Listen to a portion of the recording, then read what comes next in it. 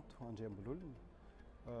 Je dirige la société Iron Technology et Smart Predict qui est implantée à Madagascar.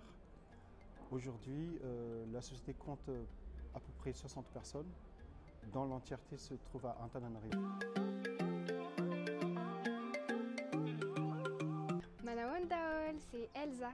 Alors aujourd'hui, on va parler d'intelligence artificielle, de développement logiciel à la demande, de compétences malgaches de qualité.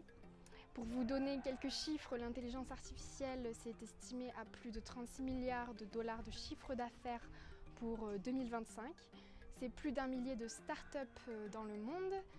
Et donc j'ai choisi Iron Technology pour cette première pépite parce qu'ils s'inscrivent à la fois dans ce côté totalement innovant de l'intelligence artificielle et en même temps l'impact positif est là. Les compétences malgaches sont mises en avant et donc vous allez pouvoir le découvrir à travers cette vidéo. Donc c'est parti pour Iron Technology.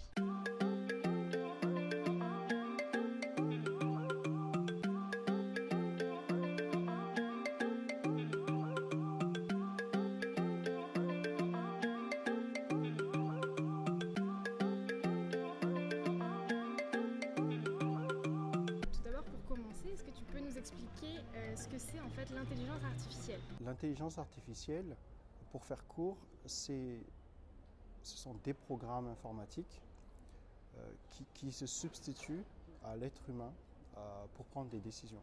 Par exemple, des métiers très simples pour octroyer un crédit, par exemple à un particulier.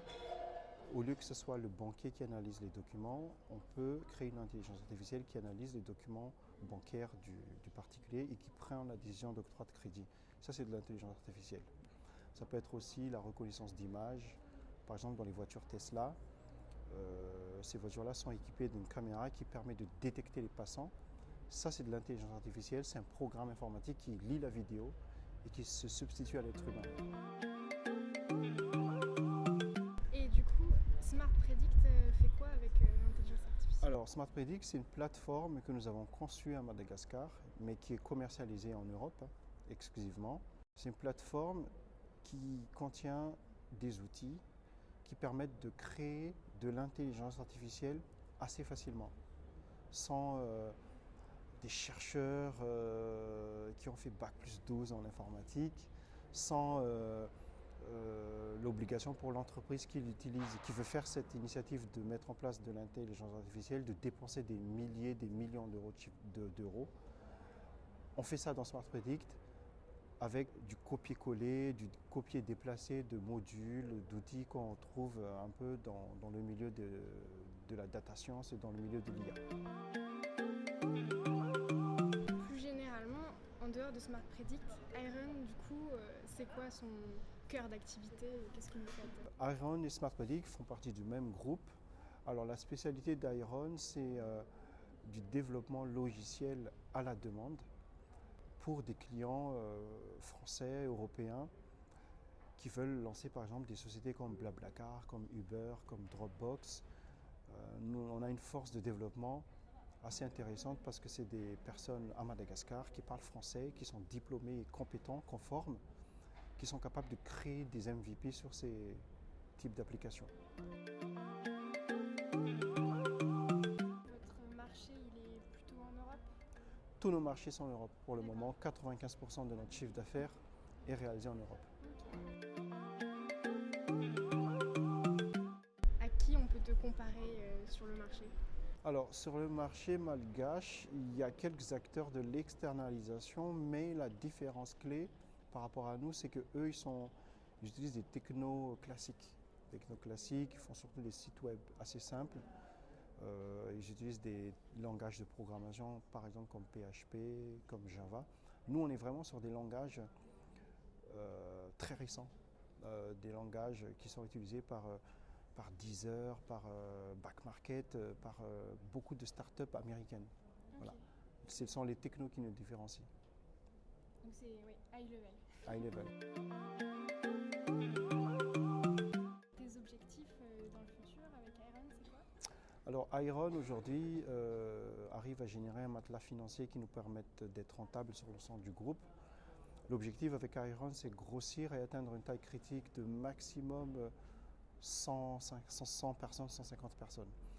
Au-delà, ça devient compliqué, ça devient une usine qui forcément va perdre en qualité. C'est un objectif pour quelle date à peu près? Là, avec les fonds, le site qu'on a réalisé avec le fonds d'investissement Miracap, on espère réaliser cet effectif-là en fin 2020. Okay. Fin 2020, on boucle les effectifs, on se préoccupe de la qualité et surtout on va se concentrer sur le développement de Smart Predict pour lequel on va sortir une version mondiale vers le premier trimestre 2020 et ensuite faire la commercialisation en France, en Europe, pourquoi pas aux États-Unis. Pourquoi faire l'entreprise à Madagascar si les clients sont en France par exemple? Pourquoi le faire à Madagascar? Ce qu'il faut comprendre, c'est qu'il y a une tension de ressources humaines assez forte en France. Recruter des personnes pointues sur ces technologies-là n'est pas simple. Et même en France, il y a des fuites de cerveau. Les Français les plus brillants, ils vont aux États-Unis. Donc pourquoi le créer à Madagascar? C'est pour faire face à ce manque de ressources. Par contre, en contrepartie, il faut que nous, on forme beaucoup les Malgaches. On puisse détecter des profils atypiques, vraiment compétents, bosseurs, et fédérer tout ça autour de l'entreprise à Madagascar. Tu trouves les talents à Madagascar? Oui, pour le moment, on trouve les talents, on forme beaucoup les jeunes, on les recrute la tête bien pleine, ensuite on les forme aux méthodes de travail européens, on les forme à la manière de gérer des projets européens et ça marche. Effectivement, pour le moment, on arrive à se débrouiller, mais au-delà de 150 personnes, je pense que ça va être compliqué. Pourquoi? Parce que ce qu'il faut comprendre, c'est qu'à Madagascar, il n'y a pas beaucoup d'écoles par rapport à des pays comme l'Inde où il y a des pays qui sortent des milliers d'ingénieurs par an. À Madagascar, il y a au max 4 écoles, donc les ressources sont limitées. Par contre, on peut en former, on peut sortir des écoles classiques et les former aussi. Est-ce que tu peux nous donner un obstacle qui t'a marqué dans ton entreprise et que tu as réussi à surmonter? Alors, l'obstacle en tant qu'entrepreneur, et comme tout entrepreneur, je pense, c'est le financement au départ. Ça, c'est un réel problème parce que quand on gagne des marchés, il faut mettre en place très vite la production. On va acheter des ordinateurs, recruter, avoir des locaux.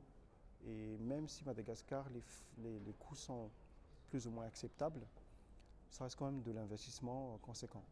Alors, on ne démarre pas une entreprise avec 5 000 € sur ce type d'activité. Comment toi tu as trouvé tes financements? Les financements, c'est assez simple. L'astuce pour Iron Technologies, c'est de faire payer les clients. Donc lorsqu'on signe un contrat, on fait payer un tiers. Et avec ces plusieurs tiers qui sont rassemblés, on a pu faire face aux dépenses. Après, moi aussi, comme j'ai une certaine ancienneté de travail en France, j'avais aussi quelques économies. De quoi es-tu le plus fier avec Iron aujourd'hui? Alors, ce dont aujourd'hui je suis fier, c'est certainement la levée de fonds qu'on vient de réaliser. Moi, je suis quelqu'un qui prévoit toujours l'avenir. Lorsqu'on crée une entreprise, il y a plusieurs étapes. Donc, la création, l'équilibre de l'entreprise. Donc, sur ces deux sujets, je n'ai pas eu vraiment de mal, mais dès que la société était économiquement rentable, je me suis lancé dans la recherche de partenaires pour lever des fonds. Et lorsqu'on lève des fonds, ce n'est pas qu'une seule levée, il y a toute une batterie de process qui vont suivre. Et c'est ça le plus important, c'est la première levée. Tu peux rappeler combien tu as levé? Oui, on a levé en seed 250 000 €, ce qui semble, pour ceux qui ont l'habitude des grosses levées, qui semble pas beaucoup, mais attention, c'est un seed, et les seeds en France, c'est toujours comme ça, c'est 500 000 €, c'est 300 000 €, or qu'on est à Madagascar, on a levé 250 000 €. Belle performance alors. Merci. Peut-être un mot de la fin pour ceux qui voudraient entreprendre à Madagascar, est-ce que tu as un conseil à donner? Pour les personnes de la diaspora malgache ou pour les étrangers qui veulent investir à Madagascar, souvenez-vous qu'aujourd'hui, l'impact financier de la diaspora sur Madagascar est encore inexistant. Il faut créer des initiatives, il faut penser aussi au développement de Madagascar et je vous encourage à créer des entreprises. Alors mes conseils, c'est faites attention, le contexte et le milieu malgache n'est pas le même qu'en Europe. Il faut faire attention lorsqu'on crée l'entreprise, aux différents partenaires qu'on peut rencontrer sur place, la fiabilité des informations financières, à plein de détails financiers. C'est là où il faut faire vraiment attention et surtout il faut savoir bien s'entourer. Madagascar, comme tout pays pauvre, on n'est pas à l'abri de personnes malveillantes qui vont vous vendre des services qui ne sont pas vraiment de qualité, donc surtout faire attention à ça. Et ensuite, il faut y aller parce que l'avantage de Madagascar, c'est que vous vendez des services en Europe, vous êtes payé en euros, or que vous avez des dépenses quand même raisonnables. Donc il y a un vrai levier d'enrichissement pour la diaspora. Pour vous donner un exemple, moi quand j'ai quitté mon travail, je gagnais très bien ma vie, j'avais des craintes par rapport à ce choix-là de laisser tomber des revenus qui étaient fiables et qui étaient long terme et aller dans l'inconnu en disant à partir d'aujourd'hui je vais gagner des arrières. Mais non, il ne faut pas du tout se leurrer, vous gagnez des euros, vous pouvez vraiment gagner plus que ce que vous gagnez auparavant en France, tout en faisant travailler les malgaches, tout en créant de la valeur, parce qu'il n'y a pas que l'argent, il y a aussi les formations, promouvoir les malgaches sur le milieu international, se comparer par rapport aux Américains lorsqu'on développe des programmes informatiques, c'est vraiment très passionnant. Donc Madagascar, pour toi, c'est une terre d'opportunités. C'est ça, exactement ça. Et ça, je pense qu'il faut que beaucoup se lancent pour qu'on arrive au même niveau que des pays comme le Sénégal, des pays comme le Ghana, où la diaspora a une empreinte quand même de plusieurs milliards de dollars de devises rapatriées par an.